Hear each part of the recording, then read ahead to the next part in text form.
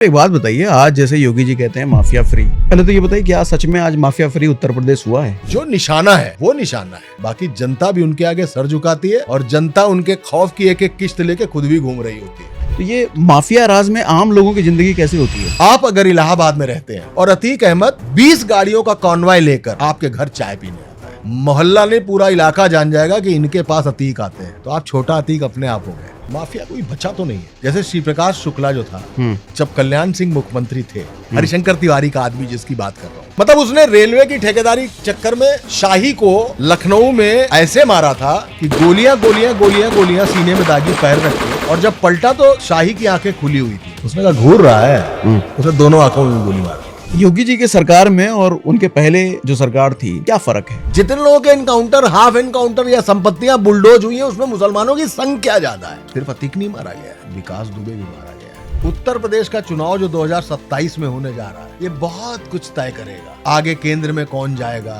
कौन नरेंद्र मोदी के बाद अमित शाह या योगी आदित्यनाथ। कहते हैं ताजमहल अगर कानपुर में होता तो वो सफेद नहीं लाल होता। बनारस एकमात्र जगह है जहाँ पे उल्टी गंगा रहती है। राहुल गांधी और अखिलेश यादव में इंडिपेंडेंट ज्यादा दमदार कौन है?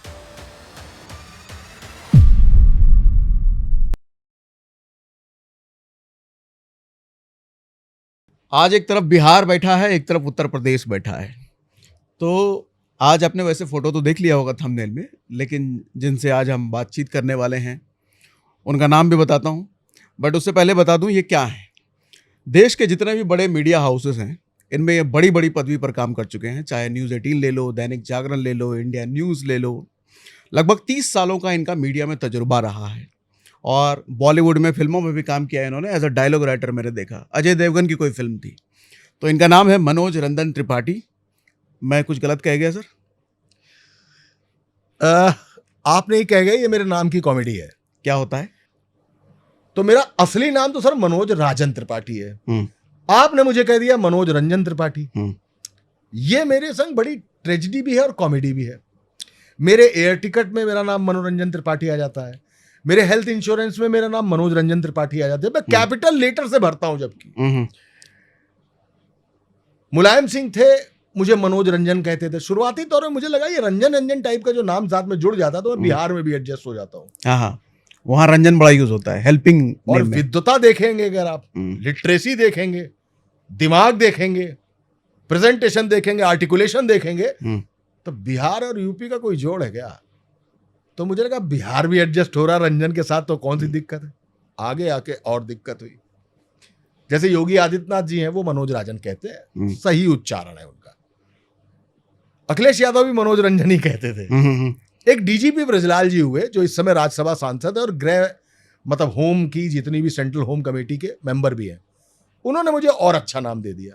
वो आज भी मुझसे कहते हैं, हाँ भाई मनोरंजन जी। तो मैं मनोज त्रिपाठी से मनोज राजन त्रिपाठी हुआ, मनोज रंजन त्रिपाठी और मनोरंजन त्रिपाठी भी हो गया। तो आपने मेरे पूरे नाम का जो मनोरंजन था वो पूरा लिया। लेकिन मैं दर्शकों को बता दूं कि मेरा नाम मनोज राजन त्रिपाठी है। मेरे आधार से लेके, पासपोर्ट से लेके सारे कागजों में अब मैं मनोज राजन त्रिपाठी हूँ। वाह, पहले तो बहुत बहुत क्षमा चाहूंगा आपसे नाम का गलत उच्चारण के लिए। क्या बात करते हैं, एक तो कॉमेडी करवाते हैं, ऊपर से क्षमा भी मांगते हैं। ये डिस्क्लेमर नहीं चलेगा। तो त्रिपाठी जी, बेसिकली आज मेरी इच्छा थी आपसे बात करने का। बेसिकली ज़्यादातर पूर्वांचल के बारे में समझूं मैं आपसे कि पूर्वांचल में आज क्या है या पहले क्या था, चाहे वो क्राइम को लेकर के हो, चाहे वो मीडिया को लेकर के हो, चाहे पॉलिटिक्स को लेकर के हो। और जो मैं आपसे बात करूंगा ना, मेरी ये इच्छा रहेगी कि मैं बहुत सवाल को बहुत लेमैन टर्म में पूछूं आपसे, क्योंकि मैं ऐसे लोगों को शायद एड्रेस कर रहा हूं जो पॉलिटिक्स को बहुत ज़्यादा नहीं जानते, क्राइम को बहुत ज़्यादा नहीं जानते, मीडिया इंडस्ट्री पॉलिटिक्स को बहुत ज़्यादा नहीं जानते।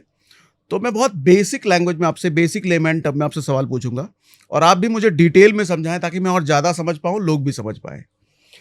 तो मैं पूर्वांचल को लेकर सबसे पहले एक सवाल पूछूंगा कि उत्तर प्रदेश पूर्वांचल क्या है, क्या अलग है इसमें देश में?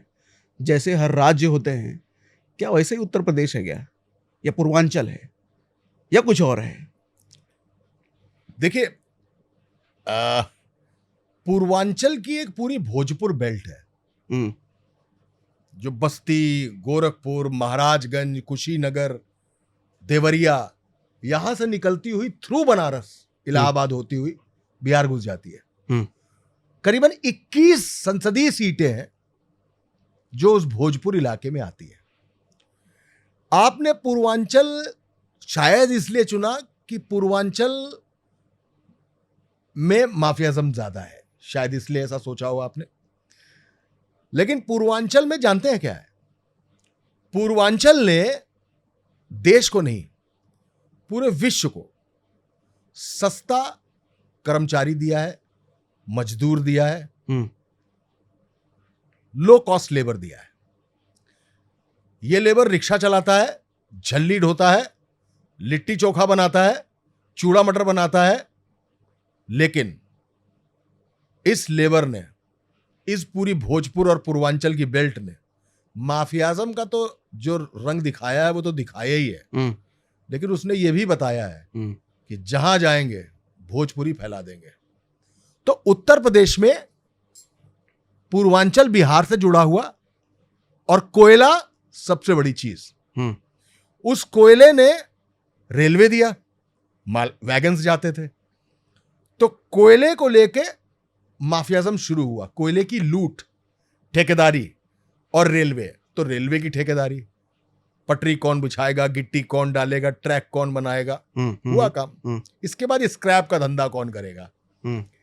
मतलब स्क्रैप मतलब जो रेलवे स्क्रैप, रेलवे स्क्रैप की बात कर रहा हूं। ठीक है। इसको लेकर पूर्वांचल में पैदा हुआ ब्रजेश सिंह, इसको लेकर पूर्वांचल में पैदा हुआ मुख्तार अंसारी, इसको लेकर पूर्वांचल से थोड़ा इधर हट के एसेंट बदलता है, बोली बदलती है, इलाहाबाद में पैदा हुआ अतीक अहमद।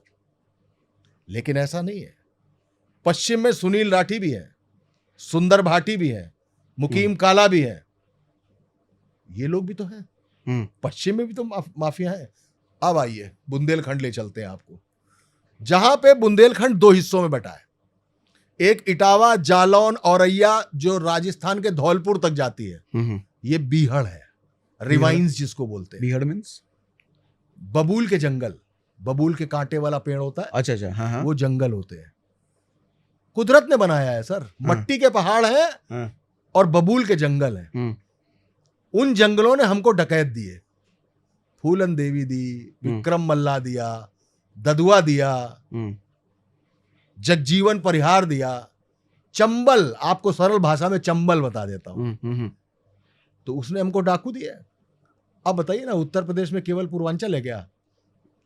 उत्तर प्रदेश के आएंगे, पश्चिम में ये माफियाज़म है, बुंदेलखंड में ये माफियाज़म है, और जो सेंट्रल यूपी है वहां सरकार बैठती है, सत्ता चलाती है। उस सत्ता को, उस पार्टी को सरकार में आने के लिए ज्यादा सीटें चाहिए होती है। और ये सीटें कैसे बनेंगी? कैंडिडेट लड़ेगा ना, लेकिन जब एक अतीक अहमद चुनाव लड़ेगा तो क्या होगा? अतीक अहमद खुद तो जीतेगा, उसकी गुंडई से 10-12 सीटें और आएंगी। मुख्तार अंसारी जब चुनाव जीतेगा तो मुख्तार अंसारी के दबदबे में 8-10 सीटें और प्रभाव में आएंगी। दबदबा, टिकट किसको मिलता है? जिसकी पब्लिक में डिमांड हो, ठीक है, या प्यार से या खौफ से। इनका खौफ था। तो ये माफिया राज में आम लोगों की जिंदगी कैसी होती है? अच्छी होती है। माफिया राज में जिंदगी कैसी, मैं बता रहा हूं आपको, कैसे खराब होती है ये बताता हूं आपको। किसी गुंडे का नाम लीजिए जरा आप। अतीक अहमद। अच्छा चलिए, अतीक अहमद। आप अगर इलाहाबाद में रहते हैं और अतीक अहमद 20 गाड़ियों का कॉन्वॉय लेकर आपके घर चाय पीने आता है, दिवाली मिलने आता है, होली मिलने आता है, छोड़ दीजिए साहब, आस पड़ोस छोड़ दीजिए, मोहल्ला ने पूरा इलाका जान जाएगा कि इनके पास अतीक आते हैं, तो आप छोटा अतीक अपने आप हो गए, क्योंकि अनसीन पावर डेलीगेशन हो गया आपकी तरफ। आप खुद छोटा अतीक हो गए। तो आप ऐसे कैसे कह सकते हैं कि जनता कैसे जीती होगी? जो निशाना है वो निशाना है, बाकी जनता भी उनके आगे सर झुकाती है, और जनता उनके खौफ की एक एक किश्त लेके खुद भी घूम रही होती है। तो फिर एक बात बताइए, आज जैसे योगी जी कहते हैं माफिया फ्री, क्या पहले तो ये बताइए क्या सच में आज माफिया फ्री उत्तर प्रदेश हुआ है? माफिया कोई बचा तो नहीं है, बचा तो नहीं है।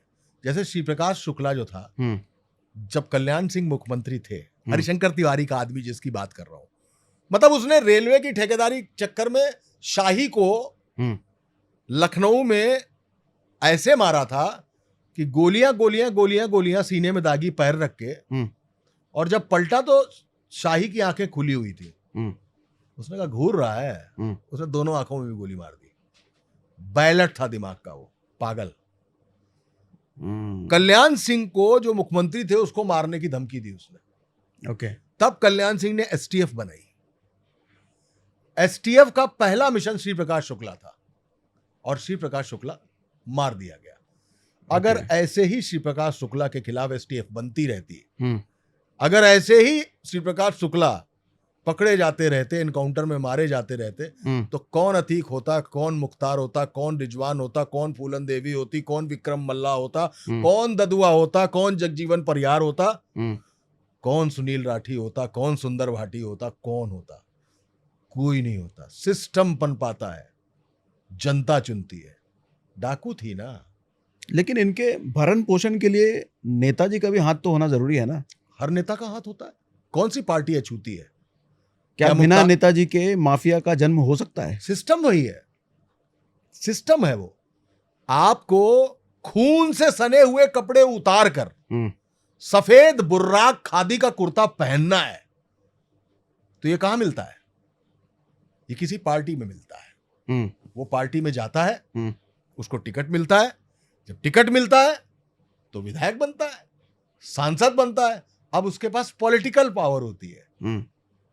अब उसके बाद पॉलिटिकल पावर होती है, और पॉलिटिकल पावर कभी भी जब किसी के पास होती है तो आदमी को मालूम है ना कि फला पार्टी की सरकार है, उस पार्टी का ये विधायक है। कौन सा पुलिस वाला है, कौन सा ब्यूरोक्रेट है, कौन सा आदमी है जो विधायक जी, क्योंकि अब वो विधायक जी हो चुका है। अब वो विधायक जी हो चुका है।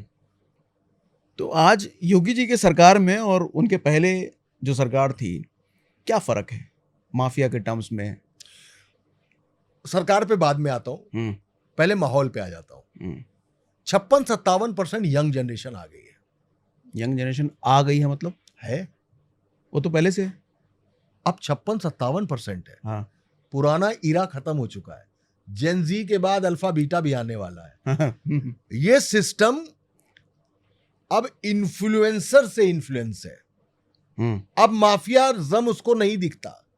अब चुनाव में पैसा लगता है। अब पैसे वाला आदमी चुनाव लड़ता है। अब वो अच्छे आदमी को बड़ा आदमी होते देखना चाहता है, बुरे आदमी को सफेद चोला पहन के बड़े होना नहीं देखना चाहता। अब सर्वेज आ गए हैं। अब फोन खत्म हो चुके हैं। अब एक एक गली, चप्पा, चौराहा, नुक्कड़ सब सर्विलेंस है। सीसीटीवी लगा है, वरना किसी का फोन है। अब आपकी हर हरकत कैद हो रही है। सरकारों को भी समझ में आ गया कि ये जो नई जनरेशन आ रही है, ये गुंडे बदमाशों को अगर हम शामिल करेंगे तो ये हमको डिस्कार्ड कर देंगे। ये ज्यादा अवेयर हैं बिकॉज ऑफ स्मार्टफोन और सोशल मीडिया की वजह से। जिस वक्त वो पनप रहे थे उस वक्त वो खत्म हो चुके हैं, खत्म हो गए। तो अब वो इस तरीके से नहीं बचे हैं, और धीमे धीमे और नहीं बचेंगे। अब आर्थिक अपराध ज्यादा है ना सर, अब जामताड़ा ज्यादा है, हाँ, अब डिजिटल अरेस्ट ज्यादा है, अब क्राइम इस तरीके का हो गया है। अब कहां, अब तो पर्सनल दुश्मनी में कोई मर गया, हाँ थोड़ा बहुत पंजाब में गैंगवॉर बचा हुआ है, यहां सब कुछ है, पर यूपी में अब आता हूं। योगी आदित्यनाथ के आने के बाद 3-3.5 हजार हाफ एनकाउंटर्स हो चुके हैं उत्तर प्रदेश में। हाफ एनकाउंटर्स और इनकाउंटर्स। हाफ एनकाउंटर क्या होता है? आता हूं, पहले इसको कंप्लीट कर लेता हूं। वो माफियाज के हुए, गुंडों के हुए, जिसने पुलिस पर गोली चलाई वो एनकाउंटर मारा गया। विकास दुबे नाम का एक आदमी था जिसने 8-10 पुलिस वाले मार डाले, उसके 10-12 लोग गैंग के खत्म कर देगा। विकास दुबे भी मर गया, जिसके लिए बड़ा फेमस है कि जीप पलट गई, जीप पलट गई, जीप पलट गई। अगर आपने सुना हो। नहीं, मैंने सुना। क्या था वो? विकास दुबे 8-10 पुलिस वालों को मारकर मध्य प्रदेश भाग गया। ठीक है। महाकाल के मंदिर से वो पकड़ा गया। अच्छा। उसको यूपी लाया गया। वो जा रहा था, जीप पलटी, वो पुलिस की बंदूक लेके भागा, पुलिस ने उसको एनकाउंटर पे मार दिया। ओके, ठीक है। तो एक मीम बन गया है कि जीप पलट गई। ठीक है, ठीक है, इसलिए उसको कहते हैं। 2 पुलिस वाले जो जेल के कैदियों को ले जा रहे थे, 2 कैदी पुलिस वालों को गोली मार के भाग गए। उन पुलिस वालों उनको पकड़ा गया, उनसे मुठभेड़ हुई, वो भी मारे गए। बहुत सारे माफियाज मारे गए। हाफ एनकाउंटर पूछ रहे हैं आप? हाफ एनकाउंटर वो एनकाउंटर है, वो एक नई टर्मिनोलॉजी है जिसमें घुटने में गोली पड़ती है। ओके, ठीक है। जब घुटने में गोली पड़ती है तो आदमी का किरदार डाउन हो जाता है, डाउन शोल्डर होता है, आदमी लंगड़ा के चल रहा होता है। तो 6 फुट का आदमी है, चल रहा है रंगबाज के, फीमर पे मारी गोली, फीमर कट गया, ऐसे हो गया। अब ऐसे ऐसे चलना शुरू करें। 6 फुट का आदमी 4 फुट का हो जाएगा। 4 फुट का हो ना हो, लंगड़ा के चल रहा हो, लंगड़ा जैसे ही आप वो माफिया लंगड़ा के चल रहा होगा, उसके पूरी रंगबाजी में 60% का दिवाली डिस्काउंट हो जाता है। ठीक है। तो हाफ एनकाउंटर्स हुए। हजारों करोड़ की संपत्तियां, अवैध संपत्तियां, अवैध संपत्तियां और गैंग से जुड़े गैंग मेंबर्स की भी संपत्तियां बुलडोज की गई। बुलडोज की गई मतलब? बुलडोजर से गिरा दी गई। अच्छा, ठीक है। उनके अवैध मकान, उनके अवैध फार्म हाउसेस, उनकी दुकानें, उनके मार्केटिंग कॉम्प्लेक्स सब गिराए गए। अब हमारे यहाँ यूपी में अगर किसी लड़की को किसी ने छेड़ा, अभी 2 दिन 3 दिन पुरानी बात है, एक लड़का निकला, उसने गली में एक लड़की को रोका, किस करके भाग गया, सीसीटीवी में आ गया वो। 10 घंटे बाद वो पकड़ गया, उसका घुटने में गोली लगी हुई थी। ओके। यानी ये है, होता क्या है, सिविल सोसाइटी जिसे कहते हैं, उसका जो पैमाना है ना, उसका पैमाना ये है कि लड़की रात में अगर 10 बजे 11 बजे भी घर आ रही है और उसको कोई छेड़ नहीं रहा है, इसका मतलब शांत है सब। अगर एक औरत टहल रही है, हाथ में अंगूठी पहने, कंगन पहने और गले में जंजीर पहने और कोई स्नैचिंग नहीं कर रहा है, इसका मतलब माहौल ठीक है। ये माहौल तो हुआ है, ये है इस वक्त यूपी ये में। माहौल तो है। क्या पूरे यूपी में या कुछ खास जगहों में अभी भी नहीं है? पूरे यूपी में ये जो सारी घटनाएं हुई, जो लोग मारे गए, किसी ने बलात्कार किया, किसी ने छेड़छाड़ की, किसी ने हत्या की, पुलिस वाले तो योगी आदित्यनाथ है ना, खुल्ला कहते हैं ना, गोली मारोगे तो गोली का जवाब गोली से मिलेगा। ठीक है ना। लेकिन बट इस लिस्ट में मुसलमान ज्यादा क्यों है? मारने वाले या मरने वाले? मरने वालों में मुसलमान ज्यादा क्यों है? ऐसा क्यों है मुसलमान मारे जा रहे हैं? ज्यादा मुसलमान है, ज्यादा मुसलमान मारे, ज्यादातर परसेंटेज मुसलमानों का ज्यादा है। तो इसके 2 तर्क है, या तो मुसलमान गुंडे और माफिया ज्यादा है, ठीक है, या फिर मुसलमान निशाने पे है। अब इसको समझाइए, मुसलमान निशाने पे क्यों है? क्या ऐसा है कि मुसलमान ज्यादा गुंडे हैं, बदमाश हैं? क्या ऐसा है? हाँ, है भी, हो भी सकता है। इसका कोई डेटा एनालिसिस नहीं है किसी के पास, ठीक है, कि इतने में से इतने केरला राज्य सबसे बड़ा साक्षर राज्य है, सबसे एजुकेटेड केरला है, इसकी तो रिपोर्ट है, सर्वे है, तब होता है ना। ऐसा कोई सर्वे थोड़े ना हुआ कि गुंडा है मुसलमान ज्यादा है या हिंदू ज्यादा है। तो फिर सवाल है मुसलमान निशाने पे क्यों है? संख्या ज्यादा है सर, गिनती ज्यादा है। जितने लोगों के एनकाउंटर, हाफ एनकाउंटर या संपत्तियां बुलडोज हुई हैं, उसमें मुसलमानों की संख्या ज्यादा है। तो ये सवाल खड़ा होता है विपक्ष की तरफ से कि why only Mohammedans percentage is hiking, क्यों हाइक कर रहा है ये? तो बताइए आप, क्या है इस पर? ये सवाल है। लॉ एंड ऑर्डर बिल्कुल ओके है, मैं आपसे लॉ एंड ऑर्डर की तारीफ कर रहा हूं। मैं आपको बता रहा हूं कि माफियाज़म यूपी से खत्म है। मैं आपको बता रहा हूं कि गोली मारोगे तो गोली का जवाब गोली से मिलेगा। लोगों में डर है, दहशत है, गुंडा गुंडाई नहीं कर रहा है। सिर्फ अतीक नहीं मारा गया है, विकास दुबे भी मारा गया है। विकास दुबे के पूरे गैंग के 10 लोग मारे गए, वो भी हिंदू ही थे, वो भी मारा गया है। लेकिन अतीक ज्यादा है, ठीक है। वजह है, भारतीय जनता पार्टी को अगर आप लेंगे तो भारतीय जनता पार्टी का इंडक्शन कहां मानते हैं आप? कहां से इंडक्शन हुआ भारतीय जनता पार्टी का? राम मंदिर आंदोलन ही भारतीय जनता पार्टी, बाबरी मस्जिद राम मंदिर आंदोलन सुना है ना आपने? हाँ, सुना है। तो उसको लेकर कितना ज्यादा, कितने समय तक बाबरी ढाई गई, बाबरी को लेकर झंझट हुए, मामला कोर्ट में गया, कोर्ट ने फैसला किया, आज वहां राम मंदिर है। तो भारतीय जनता पार्टी उसी राम मंदिर से तो भारतीय जनता पार्टी का उदय हुआ, फिर राम मंदिर बना, चुनाव के दौरान राम मंदिर बन गया। राम मंदिर पे कौन वोट देने जाएगा? मैकू जाएगा कि मुबीन जाएगा? हिंदू जाएगा। मैकू जाएगा ना।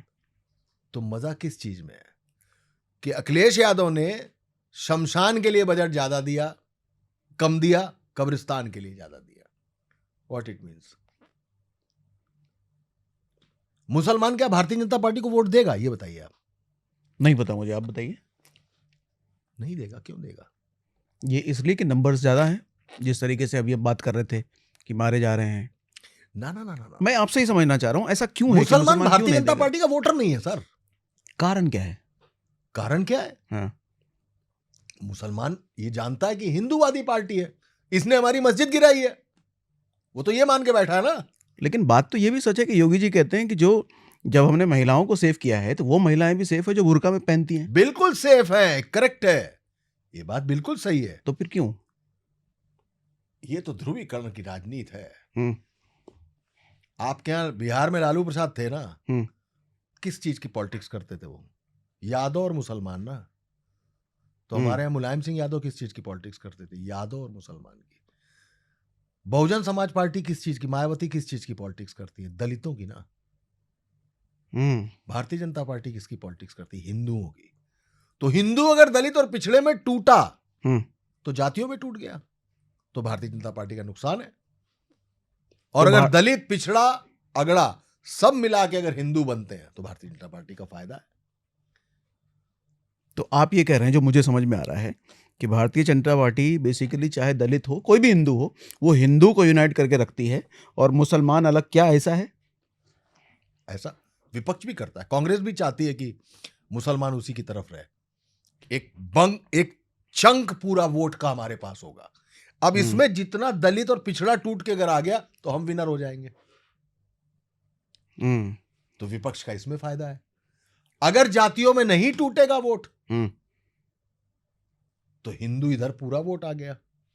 और इस देश में 3 बार तो दिखाया जा चुका है कि बिना मुसलमान के भी केंद्र की सरकार बन सकती है। पहली बार मोदी जब प्रधानमंत्री बने, दोबारा भी ऐसा हुआ और तीसरी बार भी ऐसा हुआ। क्या आपको लगता है किसी मुसलमान ने मोदी जी को वोट नहीं दिया होगा या मोदी सरकार को वोट नहीं दिया होगा? शिया मुसलमान तो देते हैं। वो क्यों देते हैं? उनको सूट करता है Bharatiya Janata party. Suit means? वो थोड़े से लिबरल माइंडेड है। अच्छा। कुछ सुन्नी मुसलमानों ने भी दिया होगा, कुछ पसमंदा मुसलमानों ने भी दिया होगा। पसमंदा जब मैं कहता हूं तो पिछड़े वाले मुसलमान जो है, ओके, उन्होंने भी वोट दिया। नहीं, मैं वो वाला भी सवाल अधूरा रह गया जो आपने बोला था कि मरने वालों में मुसलमान ज्यादा हैं। उसकी आपकी एनालिसिस क्या कहती है? ऐसा क्यों है? 2 ही बातें हैं ना। या तो वो ज्यादा संख्या में अपराध करते हैं या हिंदू मुस्लिम का एजेंडा होता है। 2 ही वजह है उसकी। तो विपक्ष तो यही कहता है। तो क्या ऐसा समझा जाए कि विपक्ष तो यही कहता है कि मुसलमानों को जानबूझकर निशाना बनाया जा रहा है। तो क्या ऐसा है कि बीजेपी की राज में मुसलमान अनसेफ है भारत में? भारत में हाँ? अनसेफ नहीं, बिल्कुल नहीं है। क्यों? ऐसा क्या कर दिया? कौन सा दंगा हो गया भारतीय जनता पार्टी के राज में? नहीं, तो जैसे भी बात हो रही थी कि वो ज्यादा मारे जा रहे हैं। नहीं सर, मैं अपराधियों की बात कर रहा हूं। अच्छा, मैं गुंडों की बात कर रहा हूं। मैं आम मुसलमान की बात नहीं कर रहा हूं। ओके। मैं आम हिंदू की बात नहीं कर रहा हूं। जो मारे गए उस मुसलमान, जो माफियाज, जो गुंडे, जो लोफर, जो छेड़छाड़ करने वाले एनकाउंटर या हाफ एनकाउंटर में मारे गए, या जिनके घुटने में गोली पड़ी, या जिनकी संपत्तियां बुलडोज हुई, वो ज्यादा मुसलमान थे। उसमें संख्या मुसलमानों की ज्यादा है। तो ये विपक्ष सवाल खड़ा करता है कि आप मुसलमानों को निशाना बना रहे हैं। ठीक है, मुझे बताइए ना, कौन सा दंगा हो गया हिंदू मुसलमानों का? नहीं हुआ। इनकी सरकार के बाद तो नहीं हुआ जो हमने देखा है। महिलाओं की सेफ्टी सुरक्षा में अभी जैसे आपने बोला कि कोई अगर किस कर लिया वाला घटना आपने बताया अभी ताजी कि घुटने में गोली मार दी गई, तो क्या ऐसा है कि आज उत्तर प्रदेश में महिलाएं बिल्कुल सेफ हो चुकी हैं? रात बेरात कभी भी निकलें, आज महिलाओं को उत्तर प्रदेश में कुछ नहीं हो सकता। मैं ये तो नहीं कहूंगा कि बॉम्बे हो गया है, ये तो नहीं कहूंगा, लेकिन ये कहूंगा कि वो भी नहीं रह गया कि कोई भी छेड़ के निकल जाएगा, इतना भी नहीं रह गया, बहुत कमी आई है। I am not a fan of Yogi Adityanath, I am not a fan of in any Mayawati और Akhilesh Yadav. I am just a journalist, and when I say कि I am a journalist, I am the silver line in the currency, जो ये बताती है कि समाज का note असली है कि नकली है। I am a journalist and it's a view of a journalist. ये लाइन से मेरे मन में एक सवाल आया। आज क्या ऐसा है कि मीडिया पॉलिटिक्स, राजनीति के दबाव में है, या मीडिया आज भी इंडिपेंडेंट है, इंडिपेंडेंट खबरों को लाती है, या फिर वो खबरें लाती है जो टॉप पॉलिटिशियन चाहते हैं? कौन सी खबर है? कोई भी ऐसी खबर? कोई खबर ही नहीं मीडिया में। खबर कहाँ है मीडिया में? ऐसा कुछ भी 15 साल 10 साल की खबर बताइए कोई जो आपने देख ली हो। अरे बाप रे बाप, क्या मीडिया ने फोड़ा है। कहाँ है? इससे पहले जाइए, मनमोहन सिंह की government, 2G scam, 3G scam, CWG Commonwealth games scam, Colgate scam, कौन खोल रहा था? मीडिया खोल रही थी। कहाँ है अब कुछ नहीं हो रहा है। तो आज क्या स्कैम नहीं हो रहे हैं या मीडिया अपना काम नहीं कर रही? मीडिया या तो सुधीर चौधरी हो गई है या रवीश कुमार हो गई है। ये समझाइए, ये दोनों नाम क्यों? एक बात, एक एक्सट्रीम राइट है, एक एक्सट्रीम लेफ्ट है। हम ये तो बनने ही नहीं आए थे कि एक होगा जो सुबह उठेगा और गाली देना शुरू कर देगा मोदी को। रवीश कुमार की बात कर रहे हैं? आप खुद ही समझ गए। और एक होगा जो जैसे सुबह होगा मोदी मोदी करना शुरू कर देगा। तो हम ना एक्सट्रीम राइट थे, ना हम एक्सट्रीम लेफ्ट थे, हम जर्नलिस्ट थे, हम करेंसी की सिल्वर लाइन थे। हम किसी को गाली देने लगे या किसी को सहराने लगे। आज नाखून भी अगर पीला पड़ता है ना, तो इसकी बहस ये तय करती है कि भाजपा के हो कि कांग्रेस के हो। आज किसी के बाल भी झड़ रहे हो अगर, तो या तो भाजपा ने ऐसा किया है या कांग्रेस ने ऐसा किया है। सारी बहस वहीं तक पहुंच चुकी है। रायता हो गया है सर। अभी क्या हुआ, पीछे जो वॉर चल रहा था ये इंडिया पाकिस्तान वाला, उसमें हमने कुछ न्यूज़ चैनल के देखे बड़े उटपटांग से क्लिप, मतलब बना करके कोई आदमी ऐसे नीचे बैठा है, पीछे से एंकर की आवाज़ आ रही है, लाइट कम करो लाइट कम करो, मतलब दिखाया जा रहा है कि वो कहीं बॉर्डर पे रिपोर्टिंग कर रहे हैं, लेकिन है वो उस मीडिया हाउस के अंदर। तो ये जो नाटकीय रूपांतरण चल रहा है मीडिया का, असली खबरों से हम बहुत दूर हैं। इस्लामाबाद पर हमला भी करवा दिया था मीडिया ने। रात को मैं 12 बजे देख रहा था, थंबनेल आया इस्लामाबाद पर कब्जा, अगले दिन कुछ नहीं। तो ये मीडिया आज जो व्यूज़ के चक्कर में, या यूं कहें कि अटेंशन ग्रैब करने के चक्कर में कुछ भी आ रहा है, क्या ऐसा है कि मीडिया अपना क्रेडिबिलिटी खो रही है और सोशल मीडिया दूसरी तरफ अपनी क्रेडिबिलिटी बढ़ा पा रही है? जो इन्फ्लुएंसर क्रिएटर हैं, लोग ज़्यादा उनको सुनना पसंद कर रहे हैं। पहली बात तो टेलीविजन मीडिया को लेकर आप सारी मीडिया को दोष नहीं बना सकते। टेलीविजन मीडिया को लेके, उसके अलावा कौन सी media? Print media. Print media. अभी मैं डिजिटल मीडिया को बहुत क्रेडिबल नहीं मानता है, क्रेडिबिलिटी बहुत नहीं है। ऑपरेशन सिंदूर में इस्लामाबाद में हमला नहीं हुआ था, थंबनेल था, कब्जा था, कब्जा कर लिया। हाँ, कब्जा था। फिदाइन हमले हो गए थे कश्मीर में, राजस्थान में मिसाइलें थी, इजराइल का वीडियो चल रहा था, हो रहा था ना। हाँ, 15-16 साल पहले ले चलता हूं आपको। ये मीडिया खबरें दिखाता था। आपके घर के आगे रोज कूड़ा उठ रहा है, this is not a news. आपके घर के आगे 12 दिन से कूड़ा बजबजा रहा है, दैट्स अ न्यूज।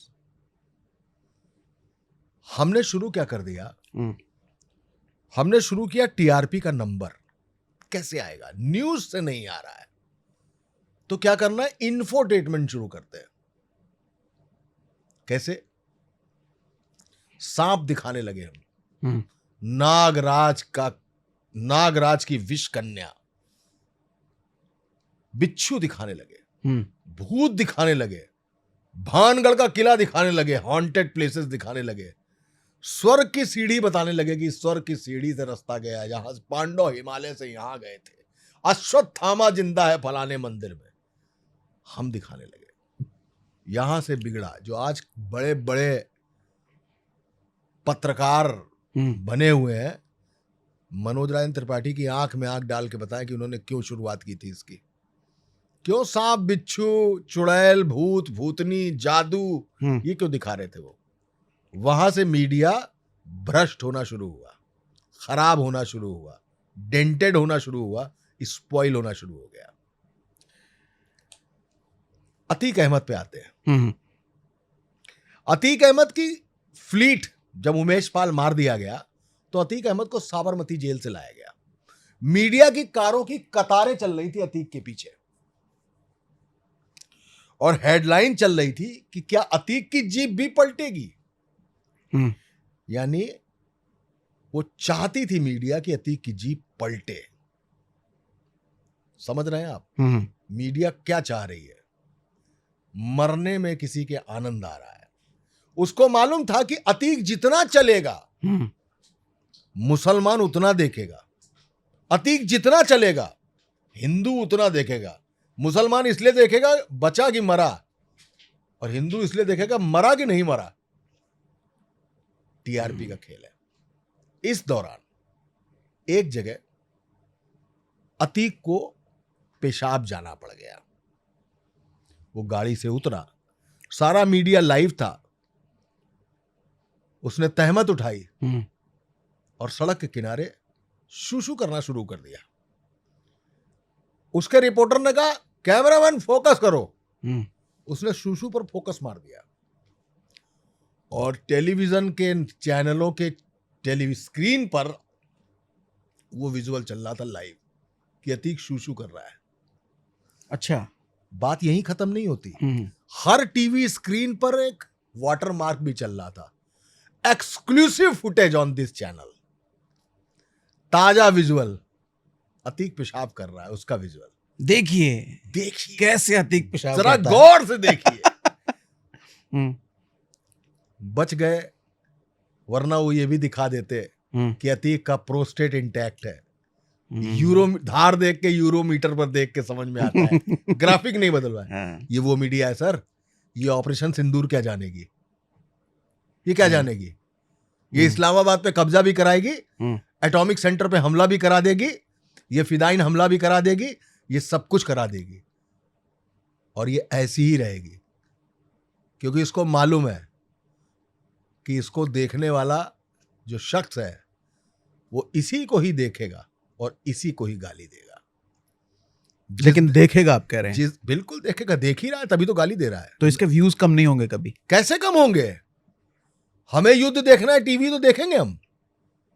एक दिन बंद कर दीजिए देखना, एक दिन देखना बंद कर दीजिए, तब जाने। लेकिन सवाल जहां क्रेडिबिलिटी का है कि खबर ऑथेंटिक है कि नहीं, क्या ये हो रहा है कि आदमी एक डिजिटल क्रिएटर की बात पर ज्यादा यकीन कर रहा है बजाय किसी न्यूज चैनल पे? ऐसा हो रहा है क्या? डिजिटल क्रिएटर का भी अपना पॉइंट ऑफ व्यू है। टेलीविजन के पास एक बहुत अच्छा चांस था अखबार को पीछे करने का। कैसे? अखबार एक दिन बाद खबर देता है, टेलीविजन एक दिन पहले खबर दे देता है। लेकिन लॉन्ग रन में टेलीविजन खुद दीमक बन के अपनी क्रेडिबिलिटी खाता रहा, और वो क्रेडिबिलिटी अब चली गई अखबार के पास। अब आदमी कोई भी खबर पहले एक बार अखबार में देख लेता है, वैलिडेट करता है वो। जब आप रात में ऑपरेशन सिंदूर देख रहे थे तो अगले दिन अखबार पढ़ रहे थे कि नहीं पढ़ रहे थे?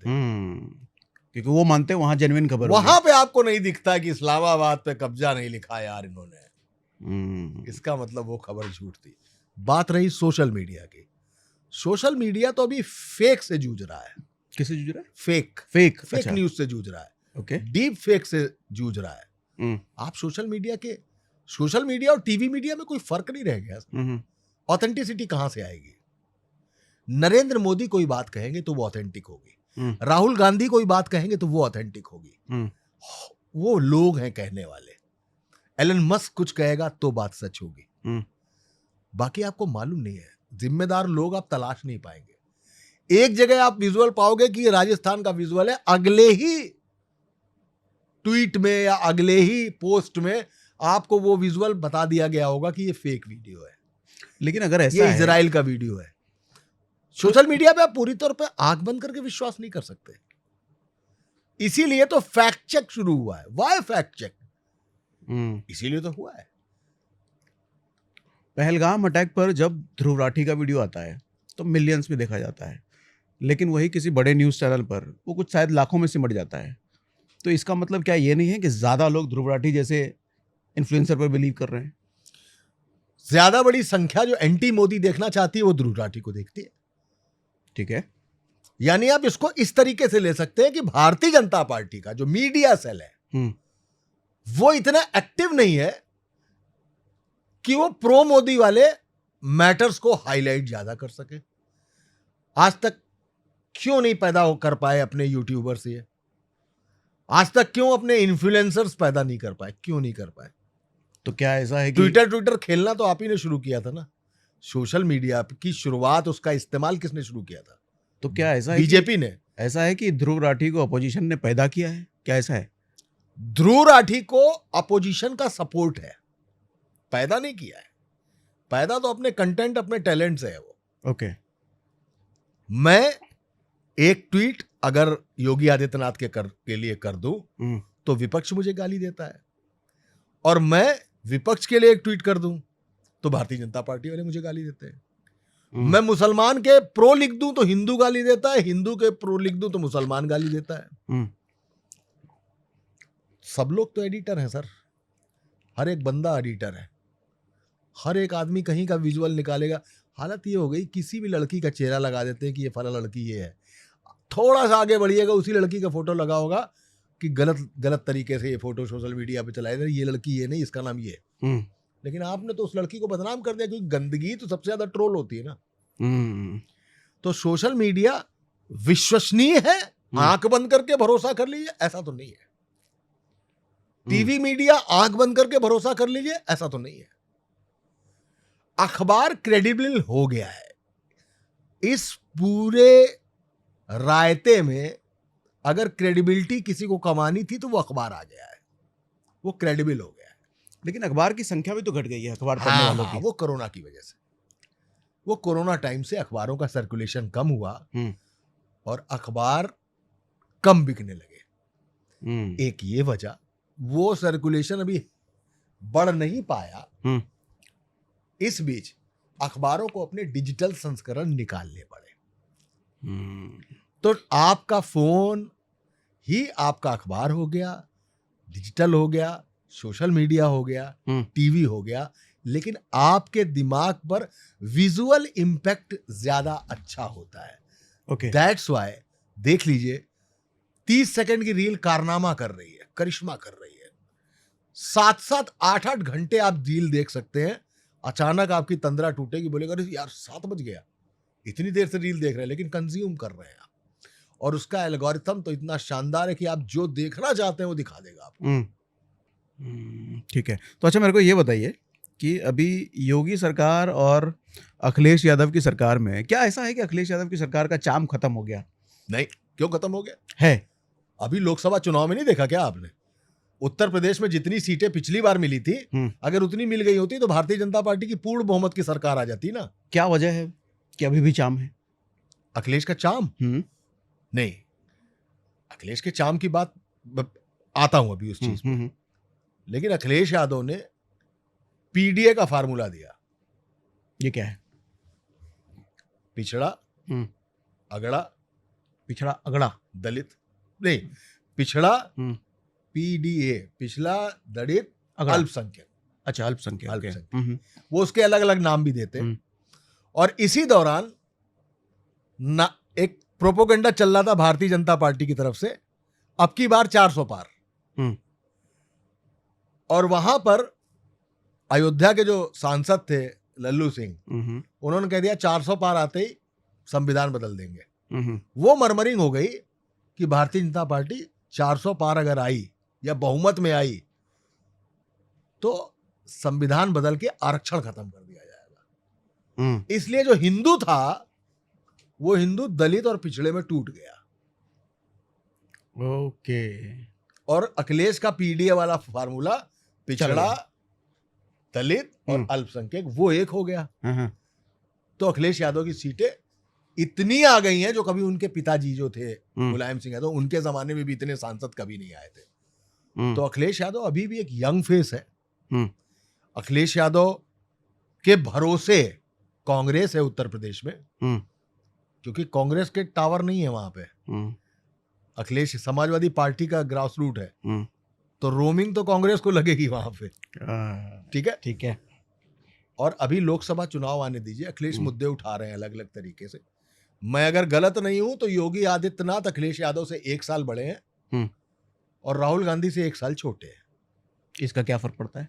ना ना ना ना ना, ये एक सेम जनरेशन के 3 पॉलिटिकल राइवल। अच्छा, ओके, ये बता रहा हूं आपको, इसका फर्क कुछ नहीं पड़ता।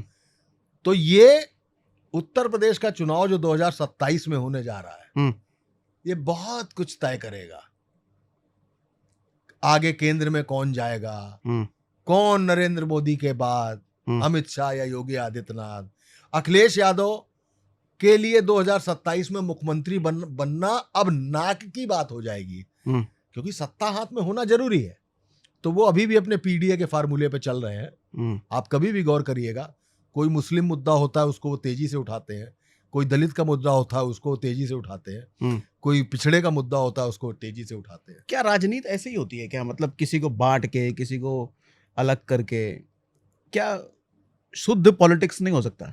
मतलब बिना किसी को अलग किए, बिना जात पात किए। आप पॉलिटिक्स कह देंगे तो क्या उसके माने बदल जाएंगे? आपने पहले हिंदी में शब्द क्या कहा था? क्या? राजनीति। राजनीति, राज करने की नीति। तो ये तोड़ के ही होता है, बांट के ही होता है? कैसे होता है फिर? आज तक किस आदमी को डेवलपमेंट पे वोट मिला है? कांग्रेस थी इस देश में 60 साल 70 साल कांग्रेस थी ना। क्यों थी? क्योंकि उसके अलावा कोई पार्टी नजर नहीं आती थी। तो हिंदू भी वही था, मुस्लिम भी वही था, दलित भी वही था, पिछड़ा भी वही था। अब उत्तर प्रदेश में मुलायम सिंह यादव को समझ में आया कि इस हिंदू में से अगर पिछड़ा तोड़ लो और मुसलमानों को एक तरफ जोड़ लो, क्योंकि मुसलमान को कांग्रेस से छीनना है, हिंदू भी पिछड़ा भी कांग्रेस से छीनना है, और इस कॉम्बिनेशन को अगर हम मिला लेंगे तो हम उत्तर प्रदेश में सरकार बना लेंगे। तो कांग्रेस से पिछड़ा और मुसलमान उत्तर प्रदेश में मुलायम सिंह ने छीना। इसके बाद एक और राजनीति पैदा हुई काशीराम की, जो लगातार दलित वाला मिशन चला रहे थे। उन्होंने तय किया, अरे ठीक है, पिछड़ा वो ले गए, दलित इसमें से हम निकालते हैं, और कुछ पिछड़े हमारे हो जाएंगे, कुछ मुसलमान हो जाएंगे, हमारी सरकार हो जाएगी। तो कांग्रेस का जो पिरामिड था, वो पिरामिड नीचे होते होते होते कांग्रेस यूपी से ही गायब हो गई। ओके, ठीक, ये 2 दल पैदा हो गए। एक पिछड़ों और मुसलमानों की राजनीति करता है, एक दलितों की राजनीति करता है। ठीक है। इसको खत्म करने के लिए भारतीय जनता पार्टी ने कहा कि दलित अगर कोई जाटव है तो क्या मुसलमान है? वो नहीं। क्या है? हिंदू है। यादव क्या है? हिंदू है। कुर्मी क्या है? हिंदू है। काछी क्या है? हिंदू है। इन सबको हिंदू बना दो यार। तो तुम्हारा मुसलमान तुम ले जाओ, हिंदू हम ले जाते हैं, सरकार हम बना लेंगे। तो उसके लिए इसको बोलते हैं पोलराइजेशन। तो उसके लिए क्या मुद्दा आया? राम मंदिर। तो राम मंदिर एक सिर्फ मुद्दा है क्या? था, अब नहीं है। अब क्या है? लोकसभा में फ्लॉप हो गया ना। अयोध्या में मंदिर तो बन गया, उसके निर्माण पूरा होने के पहले उसका शुभारंभ भी कर दिया गया, लेकिन भारतीय जनता पार्टी अयोध्या ही हार गई। क्यों? क्योंकि लल्लू सिंह ने कहा अयोध्या में बैठ के अब की बार 400 पार, और 400 पार होते ही संविधान बदल देंगे। विपक्ष ने मैसेज फ्लोट कर दिया, मरमरिंग लगा दी, संविधान बदला तो आरक्षण खत्म। पिछड़ा दलित वहां से निकला, उसने कहा बाबा को का दे देव तुमका न देव। और जैसे ही हिंदू, मैं मूंगफली वाला उदाहरण आपको इसीलिए बता रहा हूं कि जब तक पूरी मूंगफली है वो हिंदू है, जब उसको तोड़ेंगे तो उसके दाने जो है वो पिछड़ा है, दलित है, यादव, ये सब हो जाएगा। तो ठीक भारतीय है। जनता पार्टी के लिए फेवरेबल यही है हम्म, कि हिंदू हिंदू रहे। हम्म, मनोज राजन त्रिपाठी जब वोट दे जाके हम्म, तो वो ये नहीं याद रखें कि वो त्रिपाठी हैं, सवर्ण हैं, ब्राह्मण हैं, हम्म। ये नहीं याद रखें। अब थोड़ा वो ये टॉपिक याद रखें कि वो हिंदू हैं। अब थोड़ा टॉपिक बदलता हूँ। मिर्जापुर देखी थी आपने वेब सीरीज? खूब देखिए सर। मिर्जापुर में जो कहानी बताई गई है वो कालीन भैया, क्या ऐसा ही है मिर्जापुर क्या, या फिर उत्तर प्रदेश की सच की कहानी है कहीं की वो? मिर्जापुर में ऐसा कोई माफिया नहीं हुआ है। हुआ नहीं है मतलब? ऐसा कोई माफिया नहीं हुआ मिर्जापुर में। अच्छा, वो काल्पनिक है पूरी तरीके से। मिर्जापुर के पास एक जगह है भदोही। हाँ, भदोही में कालीन का काम होता है। ठीक है। इससे कालीन भैया नाम का एक कैरेक्टर पैदा हुआ है। वो काल्पनिक है। काल्पनिक कैरेक्टर है। ठीक है। और उत्तर प्रदेश में ऐसे बहुत सारे माफियाज रहे जिसको कालीन भैया बना दिया गया। अखंडा त्रिपाठी, ब्राह्मणों का वर्चस्व, मिर्जापुर की गद्दी। मिर्जापुर में कभी ऐसा, मिर्जापुर तो वो इलाका है सोनभद्र से जुड़ा हुआ है जो नेक्सटलाइट से परेशान रहा है। अगर आप कहते कि हाँ चंदौली बनारस में माफिज्म था तो था। मिर्जापुर एक इलाका है जहां से फूलन देवी चुनाव लड़ी, मिर्जापुर भदोही से। वो इलाका है, वहां कोई कालीन भैया नाम की कोई ऐसी चीज नहीं है। ओके, ऐसा कुछ भी नहीं है। ठीक है। तो कुछ जगहों के बारे में पूछता हूँ आपसे, वहाँ की स्पेशलिटी क्या है, क्योंकि आप उत्तर प्रदेश को बहुत अच्छे से जानते हैं। जी। शुरुआत में कानपुर से करता हूँ। कानपुर आपके लिए क्या है? कानपुर एक लफंग है। लफंग मतलब लफंगों का एरिया है? जिसमें बनारस का मलंग है। Kanpur is a name of confidence, पैदाइशी कॉन्फिडेंस। का बे का कर लोगे। कानपुर एक ऐसा शहर है जिसमें देसी घी की महक नहीं आएगी। कड़वा तेल खाया है कभी? कड़वा तेल? चोखा खाए हैं? हाँ हाँ सरसों का तेल खाए हैं? हाँ हाँ। कड़वा तेल उसको बोलते हैं कानपुर में। अच्छा अच्छा अच्छा। जब उसको खाएंगे तो एकदम से जम से लगता है ना? वो झरप उसको कहते हैं, झार उसको बोलते हैं, वो कानपुर में है। तो कानपुर का आदमी बिना बिजली के भी रह लेता है। तो कानपुर पे कोई ये ना कहे कि अबे बड़ी गर्मी है, पसीना आ रहा है। वहां बिना बिजली, वो आदमी कहता है हमको ना बताओ पसीना, यहाँ 12 घंटा बिजली नहीं आती, वैसे ही पसीने में तरबतर रहते हैं। कानपुर एक कॉन्फिडेंस है सर। कानपुर वो जगह है, जब ईस्ट इंडिया कंपनी का कब्जा था तब कानपुर 19 दिन के लिए आजाद था। मंगल पांडे ने जब गदर की तो वो गदर कानपुर भी आई। अच्छा, गदर मतलब समझते हैं म्यूटनी? हाँ ठीक है। हाँ, गदर हुई। कानपुर ने सारे अंग्रेजों को मार दिया और कानपुर को आजाद कर दिया 19 दिन के लिए। 1857 में ही कानपुर 19 दिन के लिए आजाद था। वहां के राजा थे नाना राव। 19 दिन के लिए अंग्रेज फिर आ गए। कानपुर वो है जिसको अंग्रेजों ने कलकत्ता बनाया। पूरे उत्तर प्रदेश की राजधानी लखनऊ में है, लेकिन आजादी के बाद से जितने भी कारपोरेशन है, चाहे लेबर ऑफिस हो, चाहे इंडस्ट्रियल ऑफिस हो, चाहे उद्योग हो, चाहे फाइनेंस कारपोरेशन हो, 52 कारपोरेशन कानपुर में ही थे आजादी के बाद से। ओके। आईआईटी पूरे उत्तर प्रदेश में कहीं बनाने को मिली, कानपुर में मिली। नेशनल शुगर इंस्टीट्यूट अकेला कानपुर में है।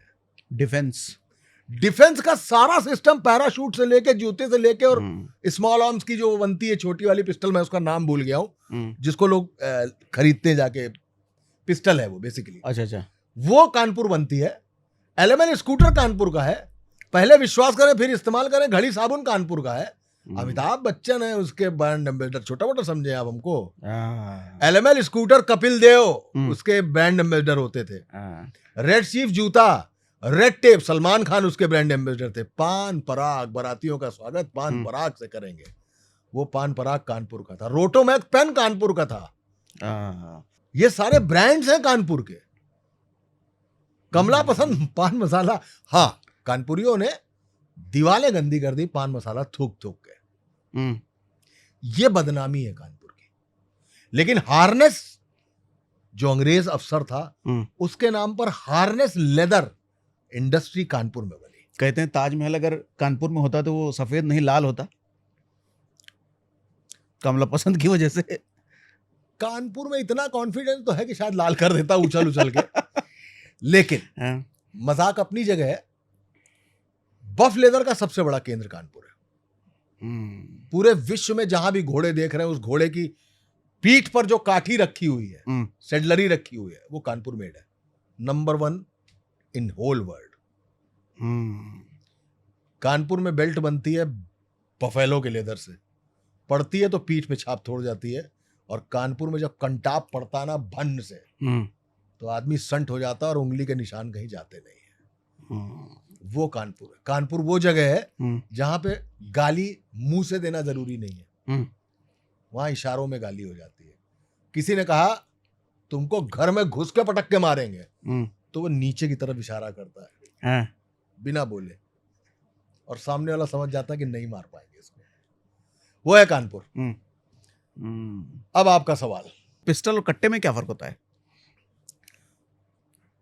पिस्टल एक प्रोहिबिटेड बोर है, जो पुलिस, सेना, अर्धसैनिक बल वो इसको इस्तेमाल करते हैं, और कट्टे बेसिकली ट्रक या बस के स्टीयरिंग की नल्ली से बनता है। वो कंट्री मेड होता है असल। अच्छा, वो उसमें गोली फिट की जाती है, वो गोली चलती है, वो कंट्री मेड है। और कट्टा रखने के लिए लाइसेंस नहीं चाहिए? कट्टा रखने के लिए कैसे लाइसेंस चाहिए? अवैध असलाह है वो तो। अवैध बना भी है और अवैध। कट्टे का लाइसेंस कहाँ बनेगा? अभी भी बनता है उत्तर प्रदेश में लाइसेंस ये कट्टा? हाँ, कट्टा तो बनता ही है। बनता है? हाँ, कट्टा आजमगढ़ में बनता है। अच्छा, कट्टा वहां बनता तो योगी सरकार ने इस कट्टे पर लगाम नहीं लगाया? अच्छा, आप मिर्जापुर देखा है कि कट्टे का बिजनेस वो करता है, इसलिए पूछ रहे हैं आप। नहीं, कट्टा अभी भी बनता है। ओके, कट्टे अभी भी बनते हैं। ठीक है। अच्छा, कानपुर के अलावा कुछ दूसरी जगह बात करता हूँ। बनारस क्या देखते हैं आप? बनारस तो सर ऐसे समझिए कि वरुणा नदी और अस्सी घाट के बीच का जो हिस्सा है वो वाराणसी है। शंकर के त्रिशूल पे जो टिकी है वो काशी है, और जहां मलंगियत का रस बना रहता है हरदम, वो बनारस है। एकमात्र जगह है पूरी दुनिया में जहां जो शमशान है वहां लाशें नहीं लाई जाती है, अर्थियां नहीं लाई जाती है, ढोल नगाड़े बजते हैं राउंड द क्लॉक। 24 घंटे उत्सव होता है। वहां चिताओं की राख के साथ होली खेली जाती है। जली को आग कहते हैं, बुझी को राख कहते हैं, और उस राख से जो बारूद बनता है उसको विश्वनाथ कहते हैं। वो विश्वनाथ का मंदिर है बनारस में, जो खुद उस भभूत से स्नान करते हैं, उसको अपने शरीर पर लगाते हैं और फिर विश्वनाथ के मंदिर में जाके बैठ जाते हैं। वो बनारस है जहां पे लोग शंकर जी को भगवान नहीं समझते। वहां बनारसी जब निकलता है और मंदिर देखेगा तो कह देगा कहो चला जिया रहा, खुश रहा, भगवान को आशीर्वाद दे देता है। जानते हैं क्यों? ऐसी मान्यता है कि जो बनारस में पैदा हुए हैं वरुणा और अस्सी घाट के बीच में, जब वो मरते हैं तो यमदूत उनको लेने नहीं आते, उनको लेने शिवदूत आते हैं, भगवान शंकर के दूत आते हैं। यानी स्वर्ग की सीधी गारंटी है। धीमे धीमे ये मान्यता ऐसी फैल गई कि बनारस में जो मरेगा उसको शिवदूत लेने आएंगे, यमदूत लेने नहीं आएंगे। धीमे धीमे मान्यता यह फैल गई कि अगर हम मरे कहीं भी, चिता हमारी बनारस में फूकी जाए तो शिवदूत लेने आएंगे। धीमे धीमे फैलती चली गई। इसलिए लोग, बनारस एकमात्र जगह है सर जहां मृत्यु का उत्सव होता ही होता है।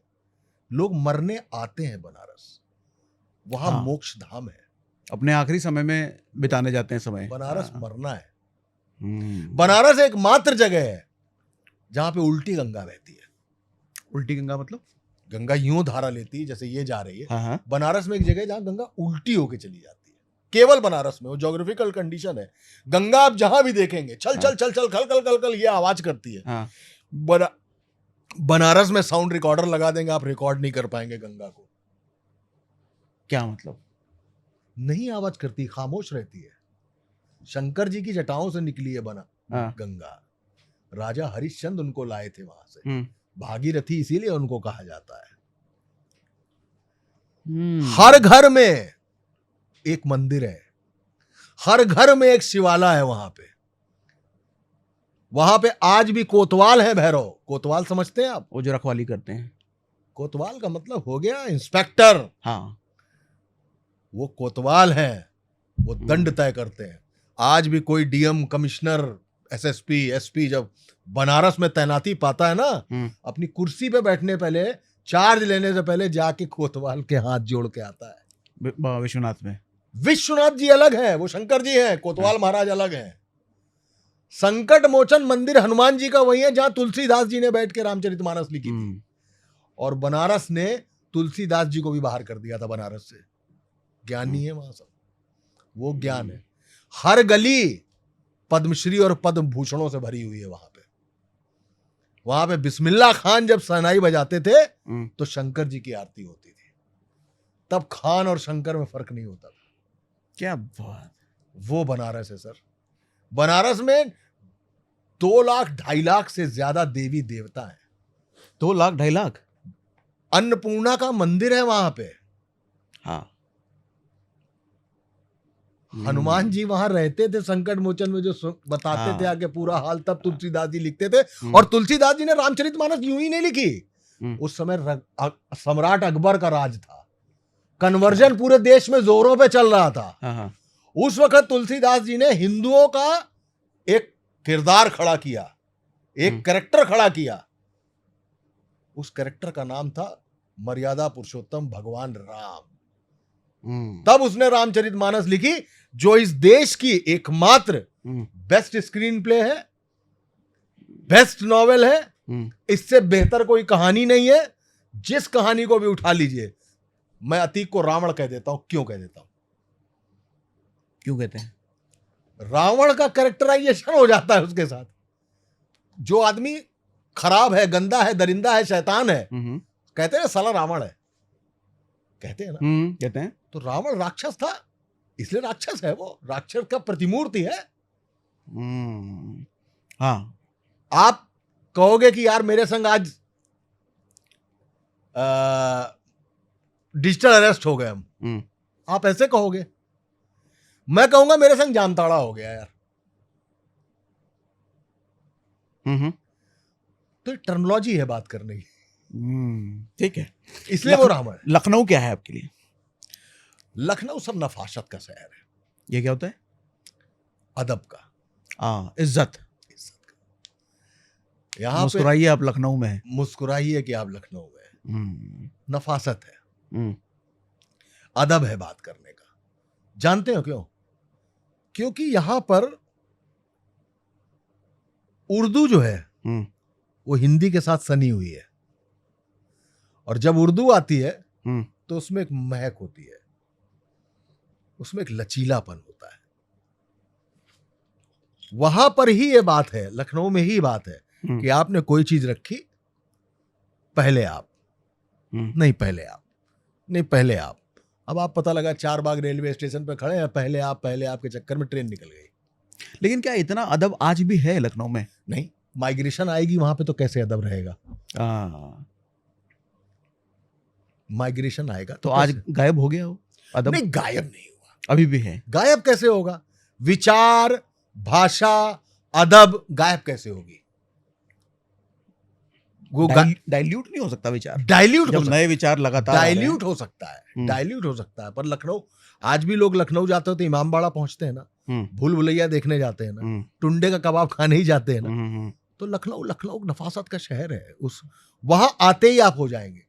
हमारे यहाँ कानपुर में जो आदमी गाड़ी खड़ी करना चाहता है, उसको लगता है मैं अपनी गली के बाहर नहीं, बिस्तर के बगल में अपना स्कूटर पार्क करूं ताकि यहीं से निकलूं, चला जाऊं। वही आदमी जैसे दिल्ली आता है, कारी की बेल्ट भी बांध लेता है, सर में हेलमेट भी पहन लेता है, स्टॉप लाइन के पहले भी रुक जाता है। तो ये शहर की व्यवस्था है। तो उस शहर की वो व्यवस्था है, नफासत वहां की। अच्छा, कुछ क्विक आंसर चाहिए आपसे मेरे को। योगी जी और अखिलेश यादव कौन बेटर है और क्यों बेटर है? 2-4 लाइन बस। दोनों यंग लीडर्स हैं, ठीक है। और योगी आदित्यनाथ का ने एडमिनिस्ट्रेशन में अपने आप को प्रूव किया है, और प्रूव यूं ही नहीं किया है, आज वो पीएम रेस में भी शामिल हो गए। ठीक है, आज कन्याकुमारी से कश्मीर तक, गुजरात से लेकर उधर अरुणाचल तक एक बात होने लगी है कि योगी आदित्यनाथ नरेंद्र मोदी के बाद मुख्यमंत्री से प्रधानमंत्री हो सकते हैं। ठीक है। किसी भी शहर में, किसी भी प्रांत में जो स्टार लिस्ट है, उस स्टार लिस्ट में Yogi Adityanath as a star campaigner होकर जाते हैं। तो योगी आदित्यनाथ ने अगले 7 साल में कमा लिया पार्टी के अंदर, जबकि उनका भाजपा से भी कोई लेना देना नहीं था, संघ से तो लेना देना था ही नहीं। हाँ, वो तो इंडिपेंडेंट थे ना। तो योगी आदित्यनाथ ने ये राइज पाया है। वो जानते हैं बुलडोजर बाबा कैसे बनते हैं, उनको मालूम है कि माफियाज्म को कैसे खत्म करना है। और एकमात्र ऐसा मुख्यमंत्री है वो जो भगवा कपड़ों में रहता है। हाँ, मैसेज लाउड एंड क्लियर है। Getting my point? Akhilesh Yadav is a young leader. उन्होंने एक बार मुख्यमंत्री बनकर दिखाया। उन्होंने इस बार लोकसभा में मैजिकल परफॉर्मेंस दिया और वो बंदा आगे जा सकता है। युवा उससे जुड़ते हैं, कॉलेज कॉमर्स उनसे जुड़ते हैं, जाति विशेष उनसे जुड़ती है। ब्राह्मणों अगड़ों को जोड़ने में थोड़ा सा उनको जुगत लगानी पड़ेगी, क्योंकि उनके ऊपर एक वो है टैगिंग कि पिछड़े और मुसलमानों की राजनीति है। दलित इसलिए हो गए क्योंकि मायावती की राजनीति साइडलाइन हो गई है। तो इन दोनों की बात करेंगे तो आज की तारीख में योगी आदित्यनाथ एक पीएम फेस के तौर पे भी देखे जाने लगे हैं। आप किसी पान की दुकान पे खड़े हो जाएगा, आदमी कह देगा आपसे। राहुल गांधी और अखिलेश यादव में इंडिपेंडेंट ज्यादा दमदार कौन है? अखिलेश यादव। 2-3 रीजन जो आप कमियां देखते हैं राहुल गांधी में, वो नहीं है सर। राहुल गांधी के अंदर एग्रेशन थोड़ा ज्यादा हो गया है। उस एग्रेशन में वो 2-4 चीजें इधर उधर कर जाते हैं। अखिलेश यादव को फंडा क्लियर हो गया पीडीए के गठन के बाद से कि मुझे इस लाइन पर चलना है। वो उस लाइन पर चल रहे हैं, वो उससे इधर या उधर कहीं जा नहीं रहे। तो राहुल गांधी मुझे अखिलेश यादव की तुलना में, अगर यूपी की बात करेंगे तो अखिलेश यादव ज्यादा बेहतर नेता है। ठीक है। लेकिन राहुल गांधी के संग एक नेशनल पार्टी जुड़ी हुई है, वो नेशनल लीडर है। अखिलेश यादव को केरला में वोट नहीं मिलेगा, राहुल गांधी को मिलेगा। अखिलेश यादव को गुजरात में वोट नहीं मिलेगा, राहुल गांधी को मिलेगा।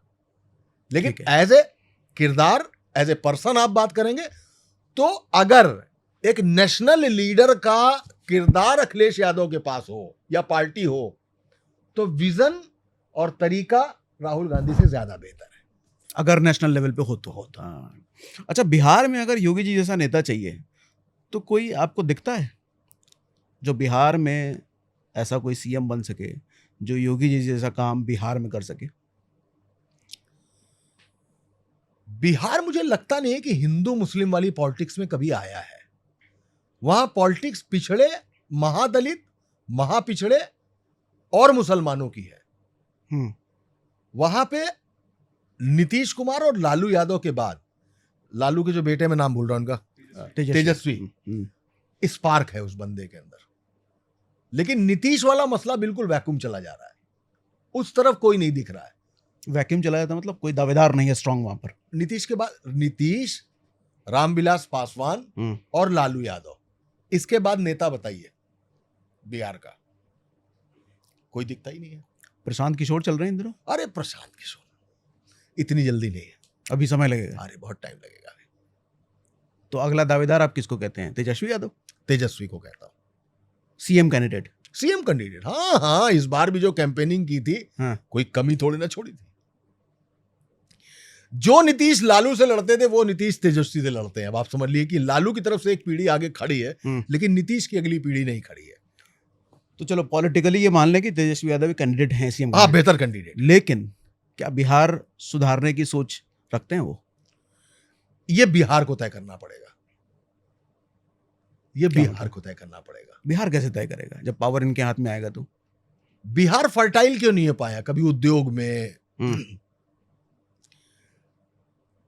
अपना जो परसेप्शन है बिहार का, वो बिहार क्यों नहीं बदलना चाह रहा है? वो नहीं बदल पा रहा है। क्या मैं मानूं कि बिहार के 2 टुकड़े होने के बाद ये थोड़ा और माइनस हो गया है? जैसे हमारे यहां उत्तर प्रदेश में ओडीओपी है, 1 डिस्ट्रिक्ट 1 प्रोडक्ट। तो जैसे अलीगढ़ है तो अलीगढ़ का ताला 1 डिस्ट्रिक्ट 1 प्रोडक्ट है। ठीक है। लखनऊ है तो 1 डिस्ट्रिक्ट 1 प्रमोशन, मतलब चिकन का कपड़ा। ठीक है। कानपुर है तो कानपुर का चमड़ा वन डिस्ट्रिक्ट वन प्रोडक्ट। पूरे बिहार को अगर लेंगे तो वहां वन स्टेट वन प्रोडक्ट जानते हैं क्या है? क्या? नेतागिरी। हर आदमी वहां नेता बनना चाहता है। हाँ।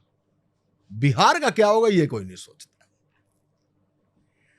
बिहार को अभी तक ऐसा क्यों नहीं हो रहा है कि एक बहुत बड़ा इंडस्ट्रियल हब बन जाए वो?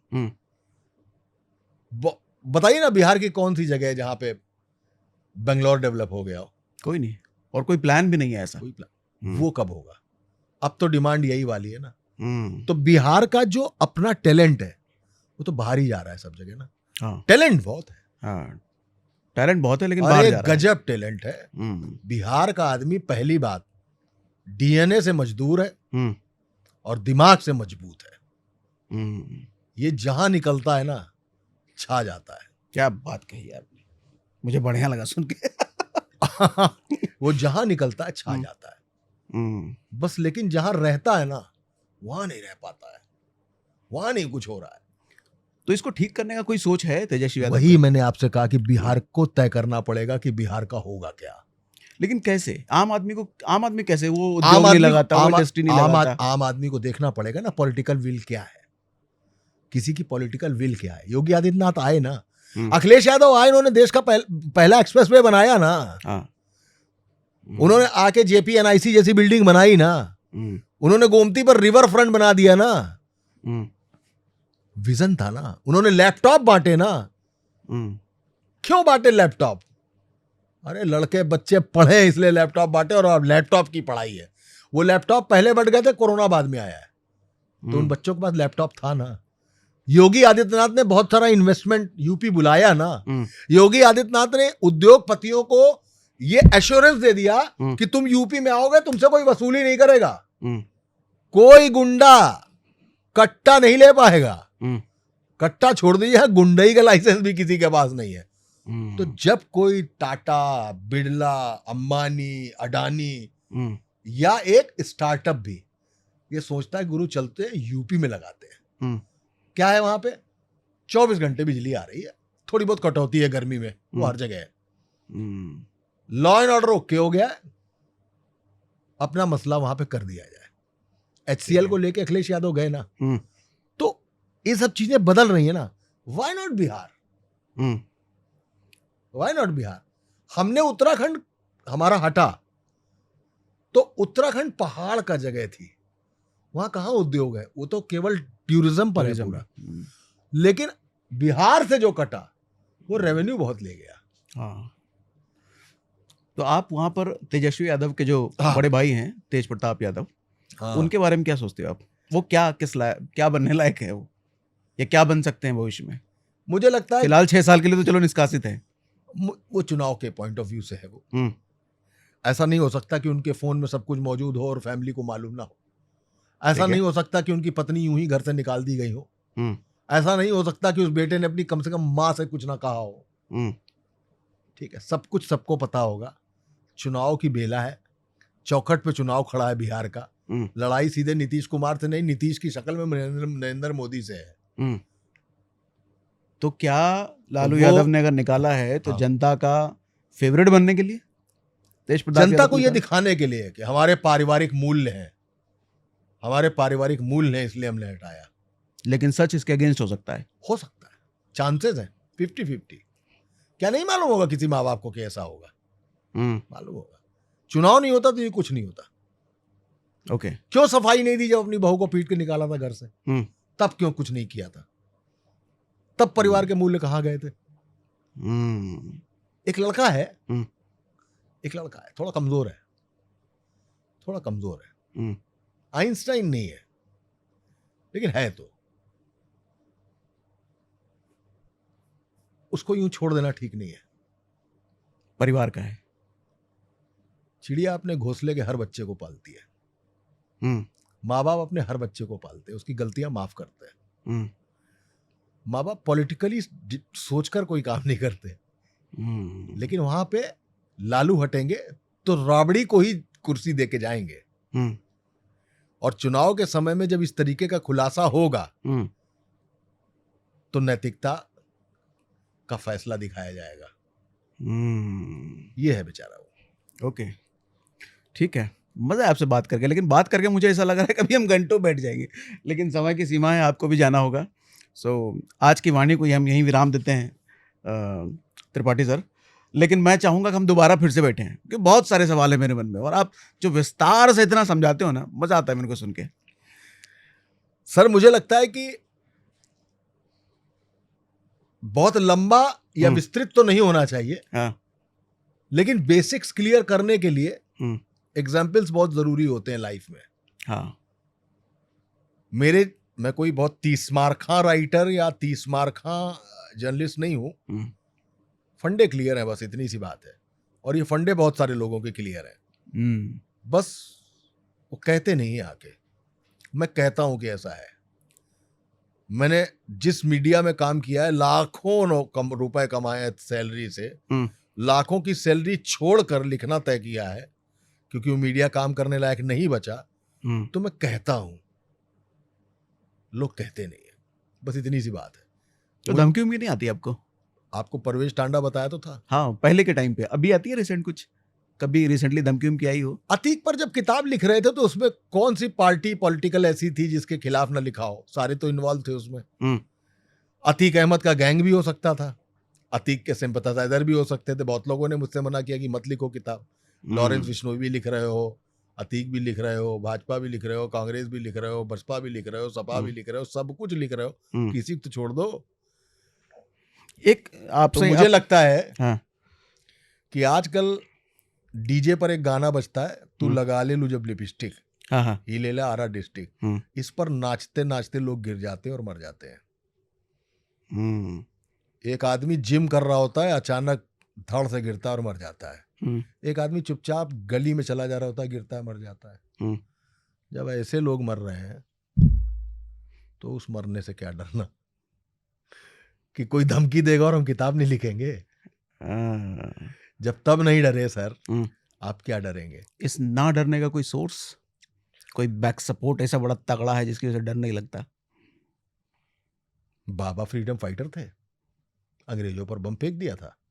दादी फ्रीडम फाइटर थी, अंग्रेज दरोगा उनको पकड़ने आया, कुंडी दरवाजे के अंदर हाथ डाला कुंडी खोलने के लिए, तो कुल्हाड़ी से उन्होंने काट दिया, उसका हाथ काट दिया। पुलिस उनके पीछे भागी।